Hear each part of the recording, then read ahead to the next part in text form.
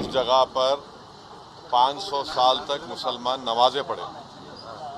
कांग्रेस के जीवी पंत मुख्यमंत्री थे, रात के अंधेरे में उसमें मूर्तियां रख दी गई। 1986 में लॉक्स खोले गए, बगैर मुसलमानों को सुने। बूटा सिंह शिलान्यास कर दिए।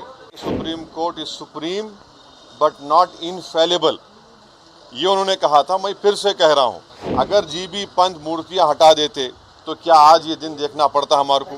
जब जीबी पंत चीफ मिनिस्टर थे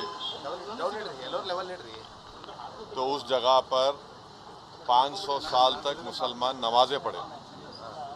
कांग्रेस के जीवी पंत मुख्यमंत्री थे, रात के अंधेरे में उसमें मूर्तियां रख दी गई। मेरी मस्जिद थी, है और रहेगी। उन्होंने मूर्तियां नहीं निकाले।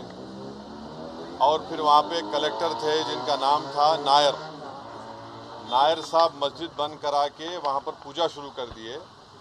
और 1950s में नायर साहब जनसंघ के पहले मेंबर ऑफ पार्लियामेंट बने।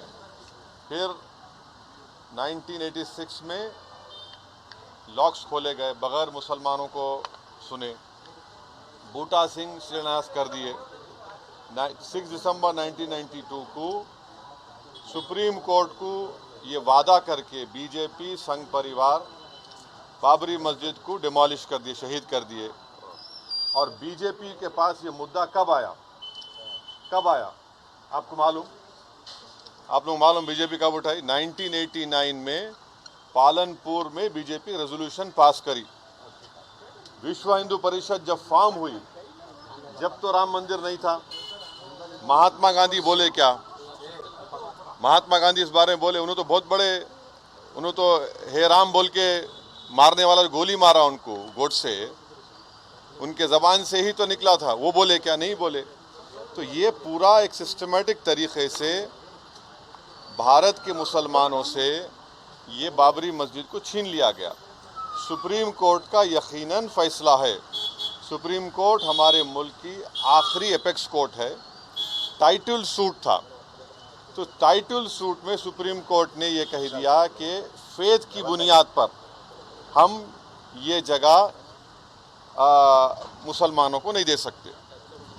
सुप्रीम कोर्ट ये भी कह दिया कि वहाँ पर मंदिर को तोड़कर मस्जिद नहीं बनाई गई। ये सुप्रीम कोर्ट ने कहा उस जजमेंट में। और मैंने सुप्रीम कोर्ट के जजमेंट आने के बाद ये रिएक्शन आपको, मीडिया को दिया था कि एक सुप्रीम कोर्ट के रिटायर्ड चीफ जस्टिस थे, उनका नाम जस्टिस JS वर्मा नाम था। उन्होंने सुप्रीम कोर्ट के बारे में कहा था कि supreme court is supreme but not infallible, ये उन्होंने कहा था। मैं फिर से कह रहा हूँ, और मैंने उस वक्त ये कहा था कि ये जजमेंट आने के बाद ऐसे कई मुद्दे खुल जाएंगे, जिसको अंग्रेजी में बोलते हैं Pandora box will be open. और आज आप देख रहे हैं कि हर जगह पर संघ परिवार जाकर ये बोलता है कि नहीं, यहाँ पर मस्जिद नहीं थी। ये मेरा मानना है, ये मेरा बोलना है, हम ये बोल रहे हैं। अगर जीबी पंत मूर्तियां हटा देते तो क्या आज ये दिन देखना पड़ता हमारे को? अगर 1986 में ताले नहीं खोले जाते तो क्या आज ये दिन आता? क्या अगर 6 दिसंबर को बाबरी मस्जिद डेमोलिशन नहीं होता तो क्या ये दिन देखना पड़ता? ये सवाल है हमारे, इसका जवाब कोई दे ही नहीं रहा है। और फिर ऊपर से जो अपने आप को सेकुलर बोलते हैं, वो बोल रहे हैं कि दिल्ली का मुख्यमंत्री और जो अलायंस में है, हम हर ट्यूसडे को सूरजकंड पाठ और हनुमान चालीसा स्कूल में, गवर्नमेंट स्कूल में पढ़ाएंगे। गवर्नमेंट स्कूल का कोई रिलीजन होता है क्या? अभी तो सबका झगड़ा चल रहा है। क्या झगड़ा है ये? झगड़ा क्या है? अगर मोदी नहीं रहते तो हम भी चले जाते। हम उन सब से पूछ रहे कि बताओ, ये जो मैं बातें कर रहा हूँ, 3 इंपॉर्टेंट इंसिडेंट्स बोल रहा हूँ। जीबी पंत जब चीफ मिनिस्टर थे 1986, 6 दिसंबर 1992, इस पर क्या बोलना है आप लोगों का? बोलो। कोई नहीं बोलता। इसलिए नहीं बोलता क्योंकि सबको मेजॉरिटी कम्युनिटी के वोट्स को हासिल करने का झगड़ा है। और नरेंद्र मोदी ये काम करके मेजॉरिटी वोट्स को कंसोलिडेट करना चाहते हैं। और इससे एक पैगाम दे रहे हैं भारत के मुसलमानों के कि आपका भारत की पॉलिटिक्स में आपका क्या मुकाम है, आपकी प्लेस क्या है, ये बताया जा रहा है।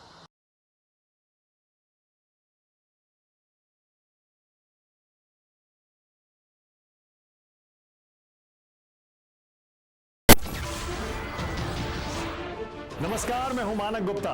अगर आपको हमारा ये वीडियो पसंद आया हो तो इसे लाइक और शेयर जरूर करें और हाँ, हमें सब्सक्राइब और फॉलो करना ना भूलें ताकि आप देश और दुनिया की कोई खबर मिस ना करें।